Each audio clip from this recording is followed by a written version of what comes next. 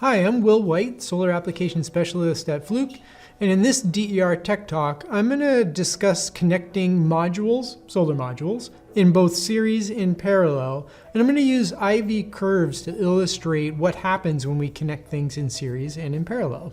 So here we have an IV curve of a single module. We can see the short circuit current in the upper left, open circuit voltage in the bottom right. It's a nice smooth curve indicating a properly operating module. When I connect modules in series, plus to minus, I'm adding voltage. So every module I connect in series adds the voltage of that module to the string if I'm testing between the positive and the negative at the two ends of that string.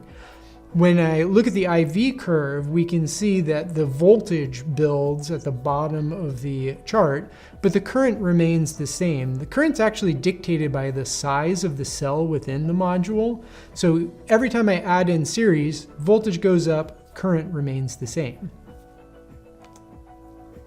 When I start connecting modules in parallel, or strings of modules in parallel, which is most common, I'm connecting the positives to the positives and the negatives to the negatives. So for each string I add in parallel, the current is going to increase. Now we've already built the modules in series, so the voltage is going to remain the same when we connect things in parallel.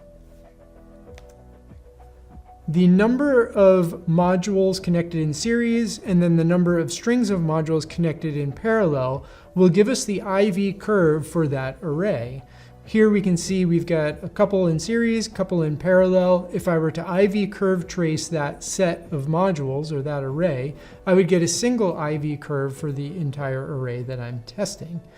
So this is how we build systems. When we decide what voltage we want, we connect the modules in series to build them to get to the voltage that we need for our inverter. And then connecting them in parallel just adds power. So the more we have in parallel, the more power we have going to the inverter. That's series and parallel. It's pretty straightforward, but really important to understand. Thanks for joining me. Check out fluke.com for more information. Thank you.